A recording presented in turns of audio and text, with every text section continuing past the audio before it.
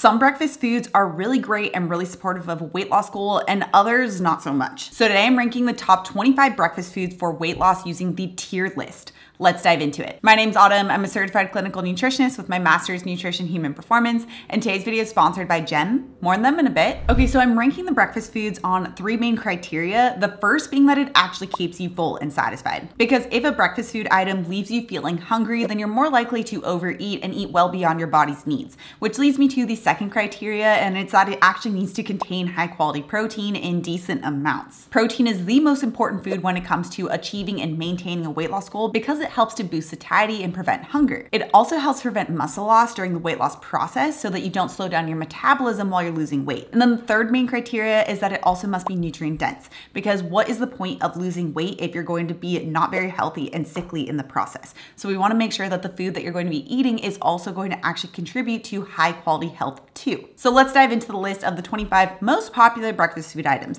And that first one I think is the all-time classic, and it's eggs. Now, eggs are one of my favorite foods to start off with because it's essentially multivitamin. It's really rich in high quality protein and high quality fats. It's also very, very rich in choline, which is super important for brain and liver health. It's high in vitamin A and vitamin D. It's just overall a very nutrient dense, high quality source of protein. There's studies that have compared eggs to other breakfast food items like oatmeal or bagels, and it found that eggs help people feel much fuller for a longer time and cause them to eat less at their next meals. And I know a lot of people are concerned about the dietary cholesterol, but back in 2015, the USDA dietary guidelines for Americans actually got rid of the limit on dietary cholesterol because they found that the cholesterol that you eat doesn't actually have an impact on your blood cholesterol. So for all of those reasons, I'm going to put eggs in that excellent category. Although keep in mind with eggs, you're going to need more than just like 1 egg. Typically people need at least 3 eggs. Even that is only about 18 grams of protein. So often people need to combine other sources of protein with their eggs. I also did a whole video on that if you want to check it out right here. Okay, next up we have another classic breakfast food item, and that's bacon. Now 3 slices of bacon has about 8 or 9 grams of protein. So it's not extremely high in protein, but it's also not low in protein. It's also not quite as satiating as eggs, although it is something that you can add on to a meal like eggs to help boost the protein content. It's also going to have a pretty substantial amount of monounsaturated fat. So for all of these reasons, I'm going to put it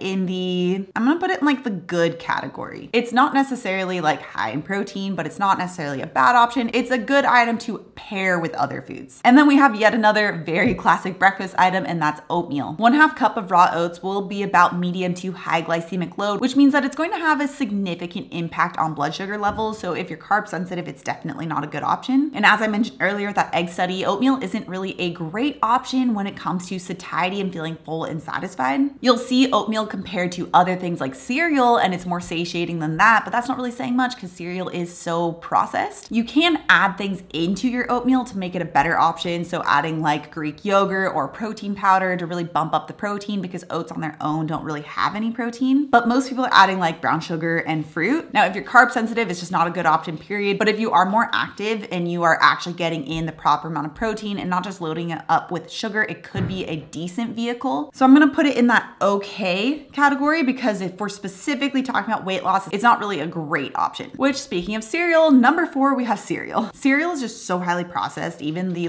corn flakes is going to be higher glycemic load, and that's without adding in all the sugar too. It's nutrient poor. It's just not good. So I'm going to put it in the poor option. Similar to that, kind of like a cross between cereal and oatmeal, we have muesli, which muesli is like the cold cereal. It's almost kind of like overnight oats where you're supposed to soak it and have it the next day, which actually the soaking of oats does help to break down some of those anti-nutrients, although it is nutritionally very, very similar to just regular oatmeal. So I'm going to put it on par with oatmeal. And the only reason why both the oatmeal and the muesli are in this okay category is it's assuming that you're adding things in like protein, like the yogurt, like protein powder, and not putting in like maple syrup and brown sugar. Okay, and then next up we have granola. Granola is really just oats that have baked in like sugar and oil. It's like a slightly less processed version of cereal. It's just really not very satiating, so I'm going to put it in that poor category. As a treat on the occasion, not bad, but it's not really something that we should be starting our day with. It's really more of a treat item. Okay, and then we have just regular yogurt, so unstrained yogurt. Yogurt is fermented milk, so nutritionally it's kind of similar to milk, where it's going to have about 5 to 8 grams of protein per cup. or per serving rather. Although you do need to make sure you watch out for the sweetened yogurts because the sugar content can get pretty high in those. Now it is definitely better than some of these other options like oatmeal, or at least just like regular plain oatmeal, but it doesn't quite have enough protein to make it great. So I'm still going to put it in the okay category, but then that leads us to Greek yogurt, which Greek yogurt is a strained yogurt. So you basically take regular yogurt and you put it through a strainer,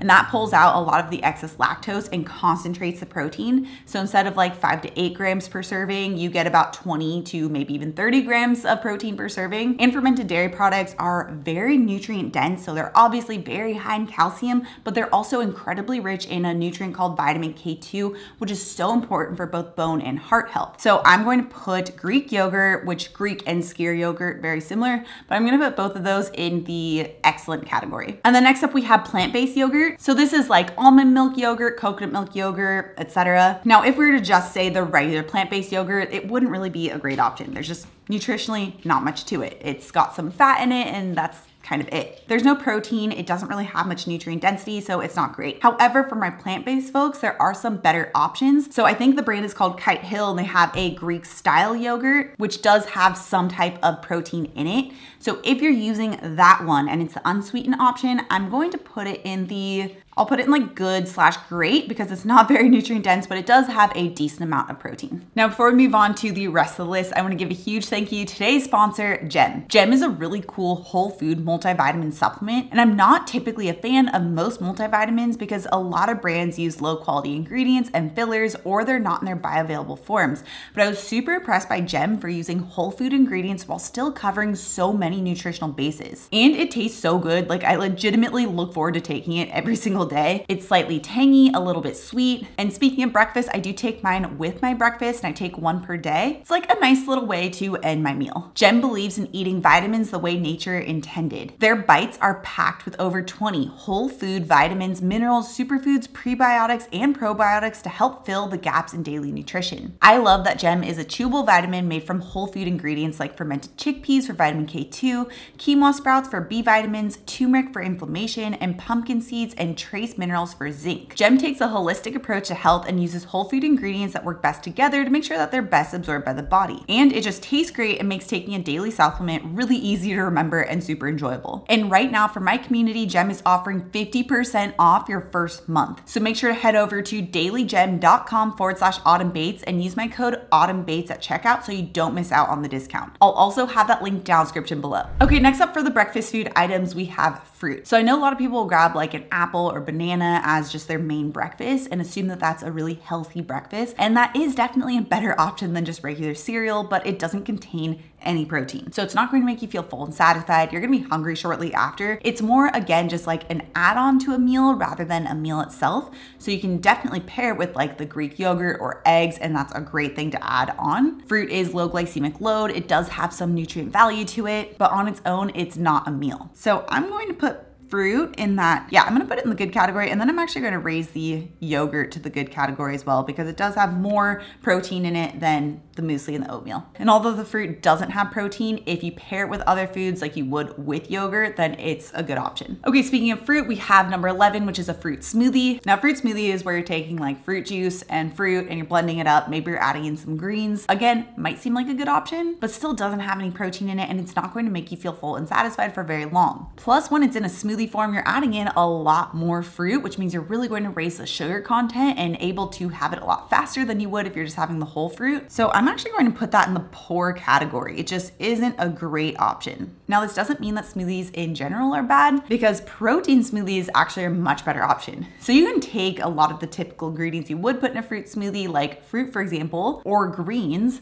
and make it into a protein smoothie. You just want to make sure that you're not using like fruit juice. You can use instead like regular milk or almond milk or even just water. That way you're cutting down on the sugar content. But by adding protein in the form of like yogurt or protein powder, you're able to make it more of a complete meal and feel full and satisfied for longer. We'll just use this little guy for a protein smoothie. I'm gonna put that up in the great category. Depends on really the ingredients you use. It could be in the excellent category or great. So I'll put it right there. Okay, next up we have breakfast sausage. So breakfast sausage is actually nutritionally pretty similar to bacon. It's not as high in protein as you would think. I believe it's about 3 breakfast sausage links that have about 9 grams of protein.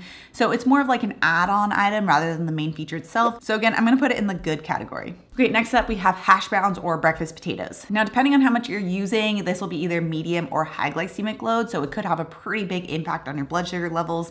Interestingly, potatoes do have complete protein. It's just really, really low compared to the starch content. Plus, just potatoes are not a good option for those who are carb sensitive, which are a lot of people on their weight loss journey. So I'm going to put it in the poor category. Okay, and then we have pancakes. So we're talking about regular pancakes, not protein pancakes, because obviously I have my amazing, delicious protein pancakes that have 0 added sugar, very, very high in protein, and are an excellent option when looking to achieve a weight loss goal. I have that recipe if you want to check it out, linked right up here. But just regular pancakes are just refined flours, refined sugar, topped with even more sugar in the form of either high fructose corn syrup or maybe pure maple syrup. It's just a complete high glycemic load sugar bomb, has no nutrient value, has no protein. So pancakes is going to go in that poor category. And then we have crepes, which are pretty similar to pancakes, but crepes are going to be thinner and they can really vary depending on the fillings you're putting in it. So it could be sweet and it could be low sugar, like if you're putting in like Nutella or honey or something else, or it could be more savory and you're adding in protein in the form of eggs. But crepes itself are not very nutrient dense. So for those reasons,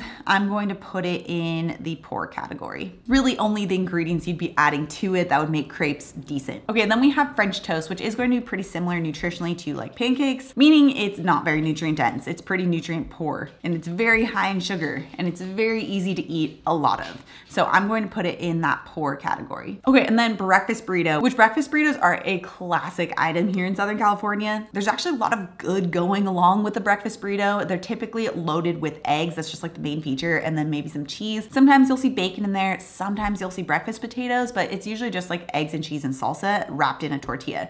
So the worst part about it is going to be the tortilla, especially if you are carb sensitive. Although there are like lower carb tortilla options you could go for, but breakfast burritos compared to some of other breakfast item foods is actually going to be pretty high in protein and pretty nutrient dense. If you're working toward a weight loss goal and you do opt for a breakfast burrito, you'll just want to make sure it doesn't have breakfast potatoes in it and it just has like the scrambled eggs, maybe some sausage and maybe some cheese. So it does have some of those refined carbohydrates, but it is going to have some more protein. I'm going to put it in like the okay/good category. Like if you're traveling and if this is the best option you can find, it's really not a bad option, especially if you don't eat all of the tortilla. Okay, and then we have waffles, which waffles are going to be exactly the same as pancakes, except they're just fried in like the waffle maker. So I'm just going to go ahead and put it in the same category as pancakes. As you can see, there's a lot of really poor breakfast items out there.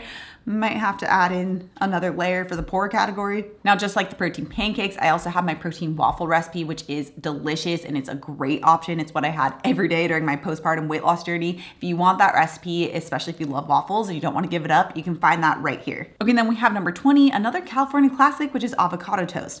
Avocados are really high in high quality fat and fiber, so theoretically that could be great for helping to boost satiety. The problem is that there's literally 0 protein. So this is more like the base to a meal, but if you add it on like eggs or some sausage with it to help better round out the protein, it could be great. It also is contingent on the type of bread you're using. I just recently did a video on some of the better bread options for weight loss. So if you want to check that out, I'll also have it linked up here. But in terms of a weight loss goal, avocado toast is just lacking in protein. So again, just like the oatmeal and the muesli, I'm gonna put it in the okay category because it does have some redeemable qualities, but it's just lacking in other really important ones. Okay, number 21, we have biscuits and gravy, which the breakdown of typical biscuits and gravy is about 35 grams of fat, 35 grams of carbs, and only 14 grams of protein. So this is kind of like that bliss point that we talk about where it combines the fat and the carbs and the salt to make it really easy to eat well beyond our body's needs. And it's also very low in protein. So it's not going to be supportive of a weight loss or wellness goal. So I'm going to put it in that poor category. Okay, next up we have grits, which if you aren't familiar with grits, it's like a ground corn that's been cooked into a porridge. Now it's medium to high glycemic load and it's completely lacking quality protein. And it's also not a great option if you're carb sensitive. I'm having a tough one on putting it in poor or okay, but I'm leaning more toward the poor category.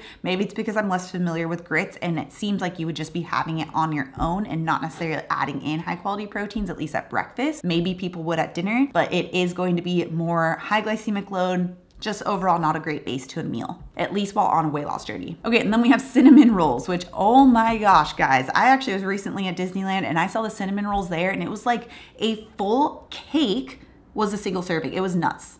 Sidebar. But anyway, cinnamon rolls are obviously very high in sugar. They're very high in processed flours. And when I looked at just like an average regular cinnamon roll, it has about 45 to 50 grams of added sugar. That is so much added sugar. So this is like a really, really poor option for breakfast. Okay, and then we have bagel, which did you know that one bagel is the equivalent to about 4 slices of bread? It's pretty dense in carbohydrates and specifically high glycemic load carbohydrates that are very nutrient poor. Yeah, you can add in like an egg, but usually that's all people are adding in is like an egg, so you don't get much redeemable value from it. I'm also going to put this in the poor category down here because it's just so heavily reliant on really high glycemic load, nutrient poor carbohydrates. Okay, and then we have coffee, because I know that there are a lot of people who skip breakfast and opt for coffee instead. I think people assume that this is what intermittent fasting is, which really isn't the case. Intermittent fasting isn't about skipping breakfast. It's about eating less often, not necessarily less. So you're still breaking your fast. You're still having a break fast or breakfast when you're using intermittent fasting. And I don't love when people use coffee as an alternative to their break fast because you're missing out on 1/3 of your daily protein needs. So obviously coffee is completely lacking in protein. So you're not getting the benefits there. Yes, you do get some of the quote satiety benefits by the caffeine,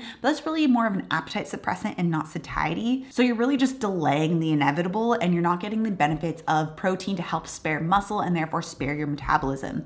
So just having coffee, even though it is going to be rich in antioxidants, but just having coffee as your breakfast, that's a really poor breakfast option. Having it in addition to your breakfast, great, fantastic. It's really rich in antioxidants. It does have great cognitive benefits and physical benefits, but it should never replace a meal. Okay, I recently did a tier list of the top protein-rich foods for weight loss, which is really important. You wanna make sure you check that out. I'll have it linked right up here if you wanna check that out next. Also, if you're new to my channel and you love this science-backed information, make sure you subscribe right here. Come out new videos every Tuesday and Thursday. All right, guys, thanks so much for tuning in and I'll see you in my next video.